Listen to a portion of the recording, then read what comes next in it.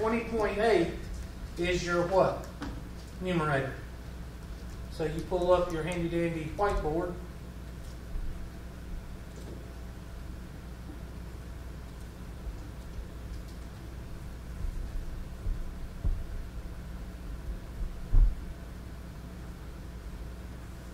This eraser sucks. It's too small. Okay. So now, our numerator for our standard deviation is the square root of, what I say, 20.8 over, how many numbers do we have? 5. Minus 1. So 20.8, that's pretty simple. 5.2 square root of 5.2, well, the square root of 4 is equal to 2. Square root of 9 is equal to 3. 2.5 is in the middle. So between 4 and 9 is 5. Half of 9 is, half of 5 is 2.5. So that's the square root of 6.5. So 6.5 is 2.5. So half of 4 to 6.5, 2.5. 5.5 is 2.25. So we're going to say that's around 2.2.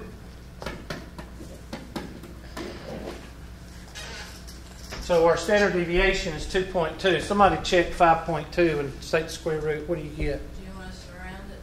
What is it? Just tell me. 2.3 if you round it. Okay. Well, I'm off a little bit.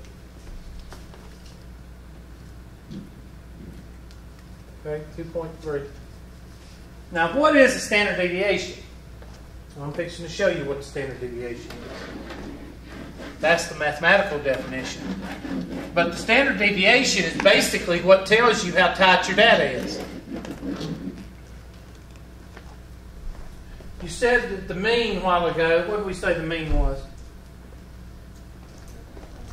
26.2. Okay, say it one more time. 26.2.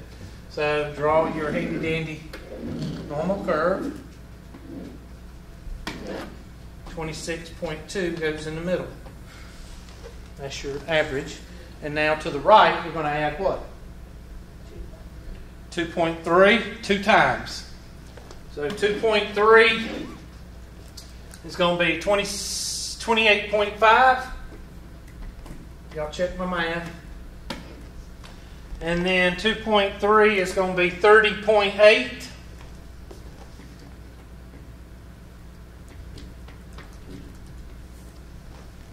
$26.2 minus 2.3 is going to be 23.9. Somebody help me out.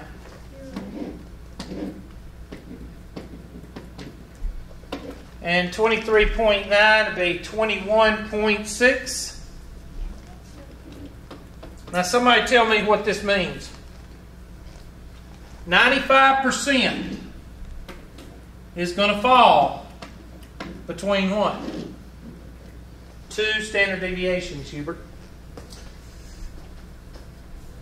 That's what standard deviation does. Standard deviation is very important. Very. 2 numbers that you need to know for your Chapter 1, or Unit 1 and Unit 2 test. Or Unit 3, Unit 4, whatever we're doing for statistics and for probability. You need to know the mean, and you need to know what?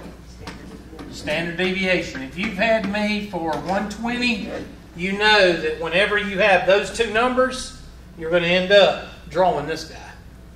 Some way, some form. Okay? I have a question. No. What? How do you make a negative on this calculator? Down at the bottom, there's a negative around the decimal. Okay, That's- in parentheses? Mm-hmm. Thank you. All right, let's do it in order. I'm going to let y'all do it on your own.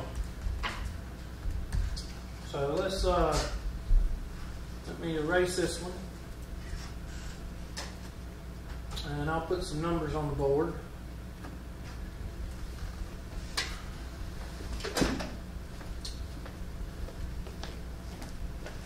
$18, $18, $19, $21, $23, $23, and $25.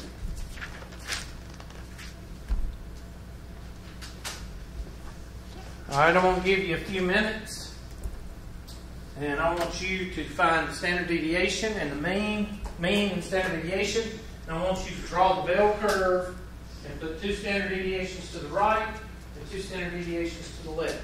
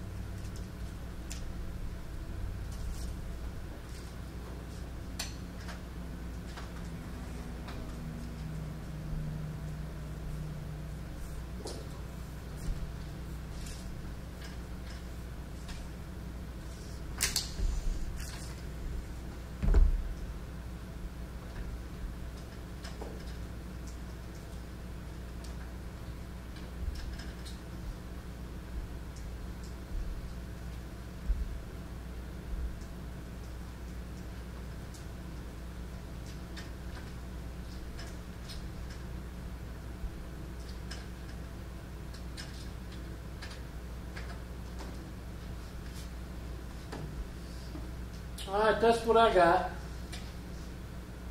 I got the X bar as 21 and the standard deviation is 2.8. What'd y'all get? Huh? Whatever. I got 21, but I didn't get 2.7. I got 3.3. That means you are a failure.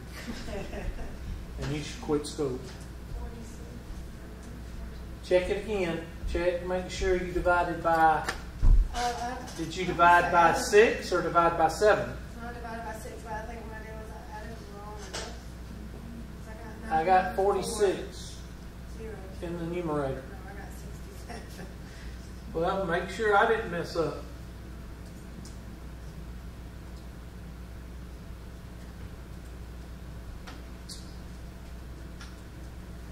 And now if you add 2 to the right, what'd y'all get? I got 2.55. Okay, you're a failure too. God, all these people are losers. I'll check it in just a minute. Yeah, that's right. Of course it is. Equals this minus this. And equals this minus this. Let's see what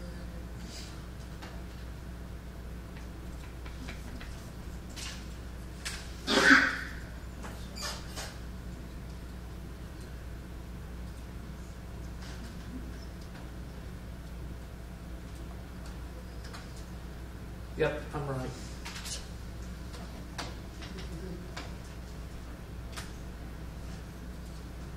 So there's your numbers.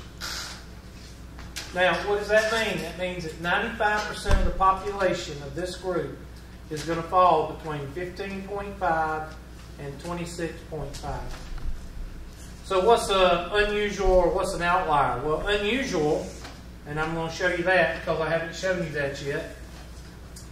I'll just show you this on this screen if it'll let me.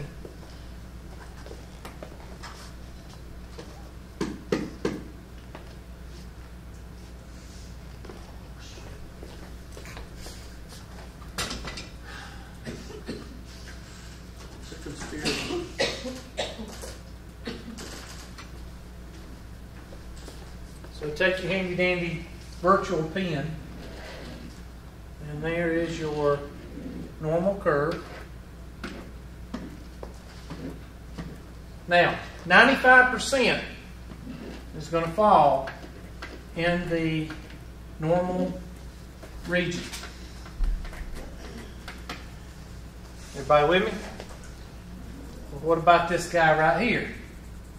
Well, this guy right here, we'll put a big U here. That means unusual.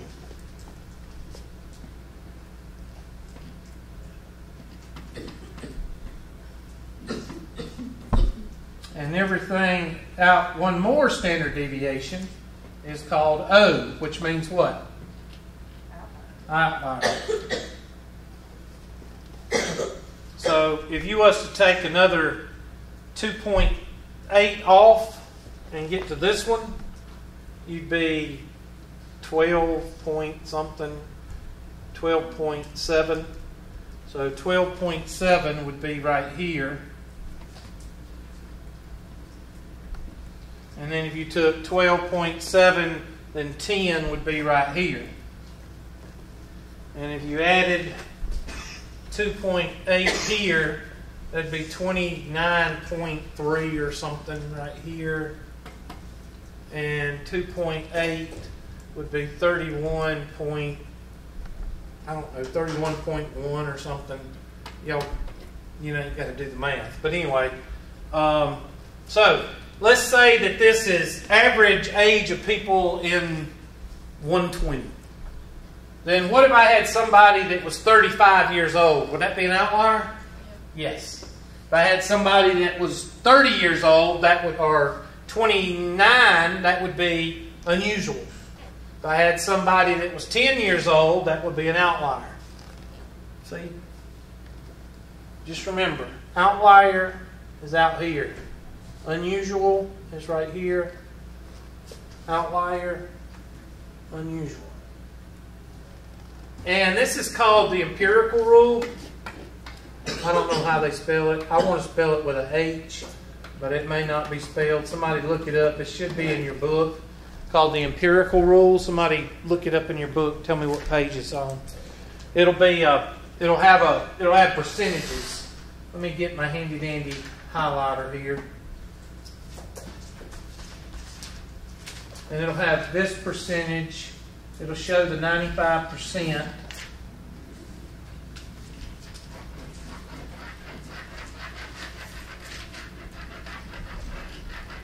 And it'll have this is 34%, 34%. I can't ever remember this one. And this is 2.5%. And this is 2.5%. 68 and 5 is what? 73. So 73. I can't remember what this is. This is, I want to say 13.5. Is that right? Look for the empirical rule somewhere in your. Okay, where somebody can you find it in your book anywhere? Oh, this book probably don't even call it the empirical rule. I found empirical method. No, it's called empirical rule. They don't call it. This book don't call anything what it's supposed to be called. Let me just pull it up for the Google so you'll know what it looks like. Okay. Go to your handy dandy Google search bar.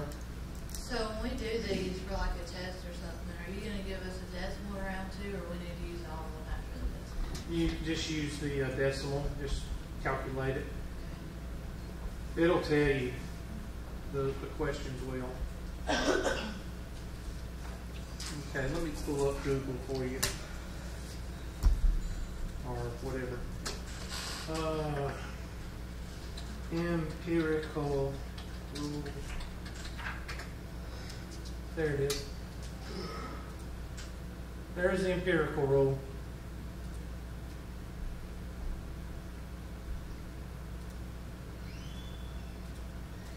No, that's kind of small.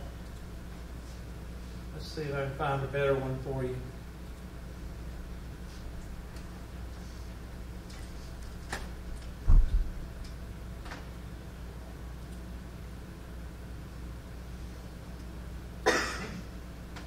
Well, there it is, but I can't make it any bigger, so. Let's see, there's one standard deviation, two standard deviations, 95% falls in here, in the purple and the green, right there, 95%, and then 98% falls right here with unusual, and then the rest is 0.3%, so this is 0.015 and this is 0.015, so it's very small. It's in your book somewhere. They just don't call it the empirical rule because that's too smart for that book. They try to dummy everything down in that book. That's why they don't call it the empirical rule. Capiche? Y'all feel good about that? Y'all feel good about standard deviation? No. Yes. Thank you, class. Appreciate the interaction. It always helps to have a class to interact. You can use your handy-dandy calculator. I will show you how to do that. Take your handy-dandy calculator out, and you can go to, I don't use it very much, but go to Stat and Edit. And what was our numbers? Let's put them in L1. What was our numbers? 18, 19, 21, 23, 20 what? 23, and 25.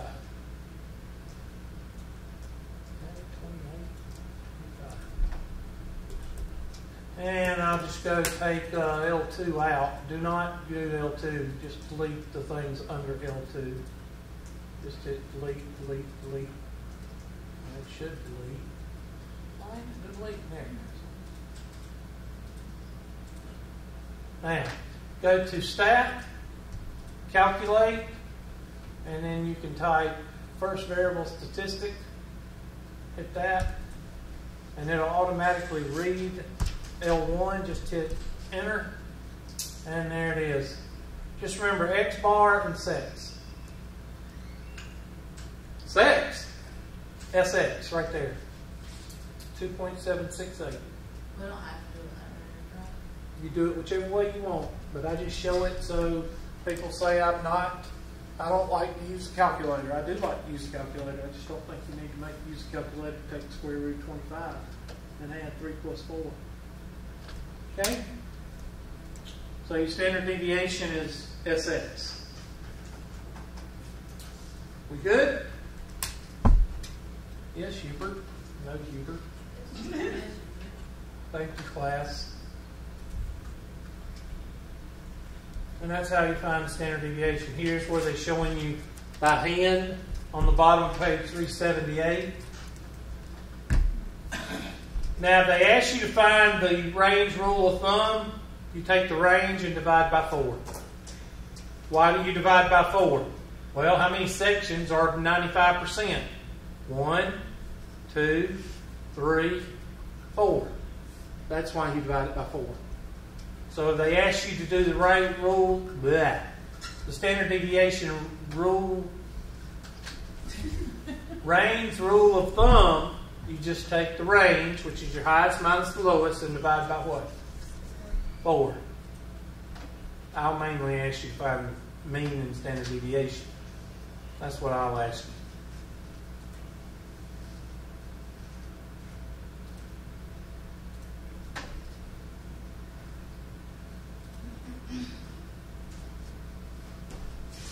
And then what does it say after we go through 6B? 6C.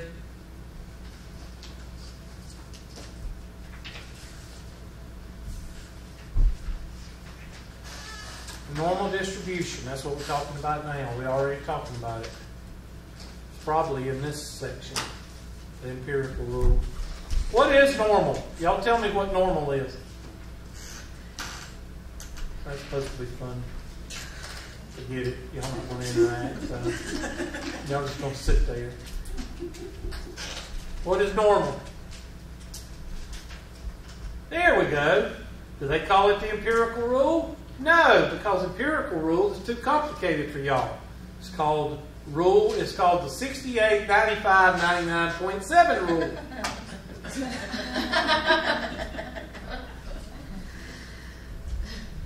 This is a stupid book. There it is. So it's on page 386. The empirical rule is on page 386. But it's not the empirical rule. It's the 68, 95, 99.7 rule.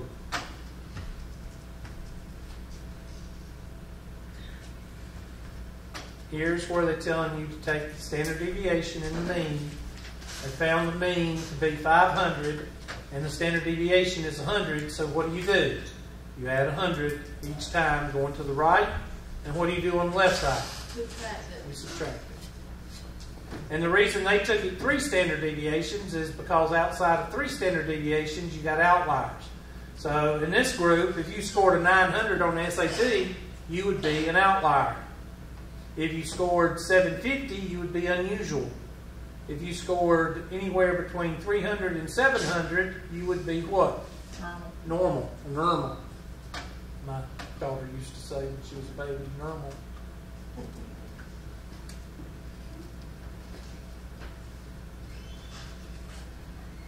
And here's how you apply the 68, 95, 99.7 rule. They're showing you the same way that I showed you.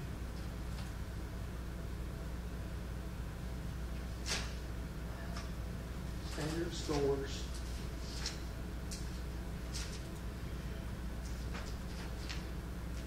Z-score. What is a Z-score? I'm going to show you what a Z-score is.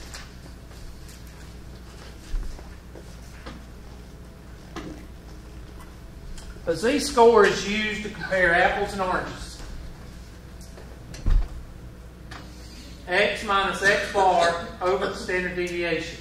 Write that down. X minus X bar over the standard deviation.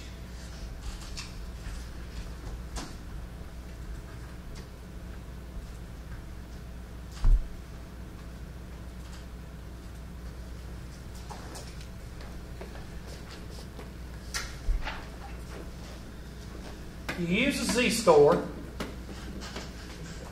to compare two different populations or two different samples. To convert or calculate the Z-score, X minus X bar over the standard deviation. So if I give you an X, say like I say 195, let's say that for male adults,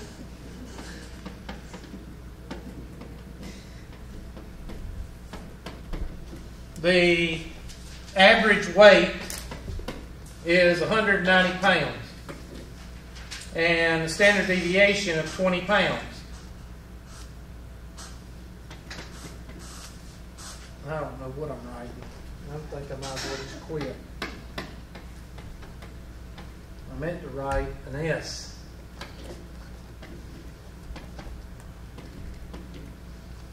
So let's draw a graph.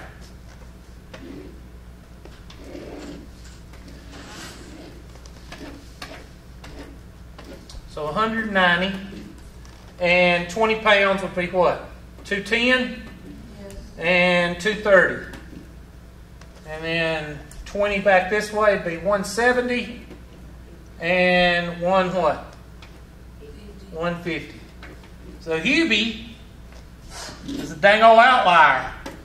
Hubie's out here. Okay?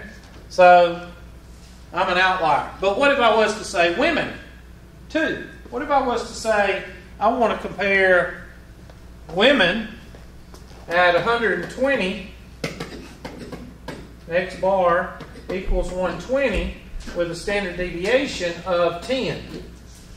And I want to, Gertrude weighs 160 pounds.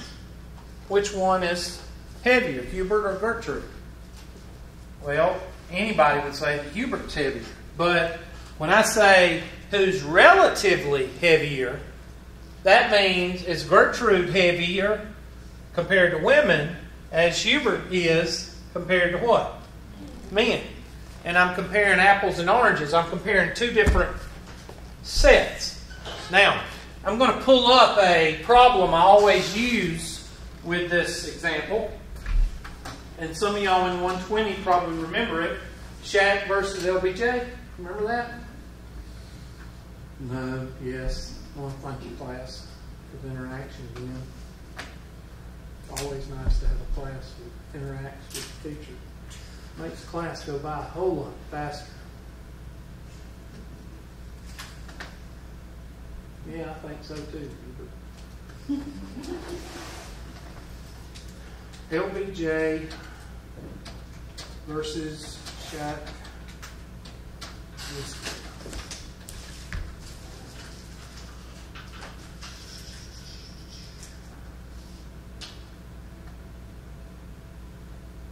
There it is. So put this in your notes.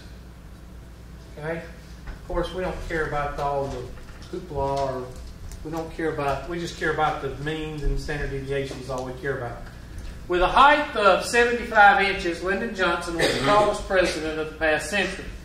With a height of 85 inches, Shaquille O'Neal was the tallest player on the Boston Celtics. I didn't know he played for the Boston Celtics. I don't think he did he?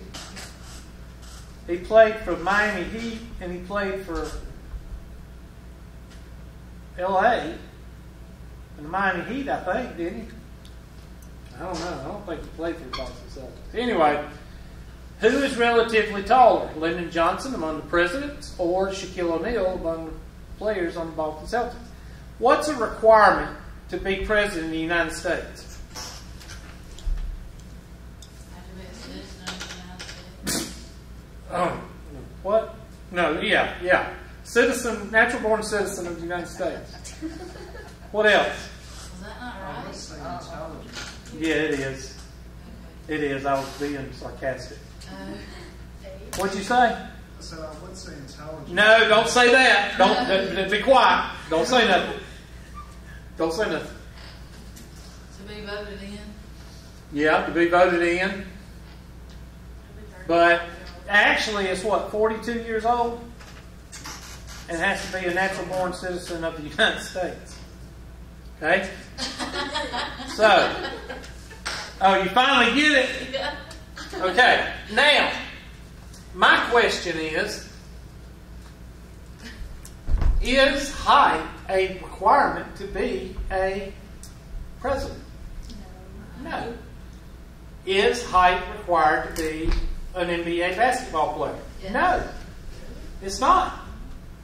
It's Spud Webb was 5'5", and he played in the NBA. shorter. Why is people tall in the NBA though? Because it's an advantage. In other words, if you're a 6-foot second grader, what's the physical education coach at the school going to try to get you to start playing? Basketball. Why? Because you're tall. Because you're tall. And it helps if you're closer to the dang hoop. Okay? Alright, but it's not a requirement, but it's an advantage. So, let me ask you a question.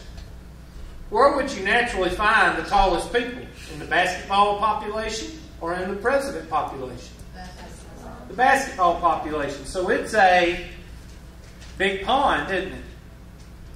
So what is Chapt? Is he a big fish in a little pond or a little fish in a big pond? A little fish in a big pond. He's a little fish in a big pond. Now Shaq is no little fish. But what I'm saying is, compared to other basketball players, he's a little fish in a big pond. What is LBJ? He's a big fish in a little pond because there's not a requirement or an advantage of being tall as a president of the United States. So, if I was to just ask you who is taller, any redneck with 2 teeth will tell you Shaq is taller. But who is relatively tall compared to their own population? And whenever you see the word relatively, that means you're going to use what? Z-scores. You're going to use Z-score. What'd you say? Well, yeah, but in this case, when you do the 2 scores, and I'm not going to rewrite it because it's right there. You take X, which is 85, minus, where is the X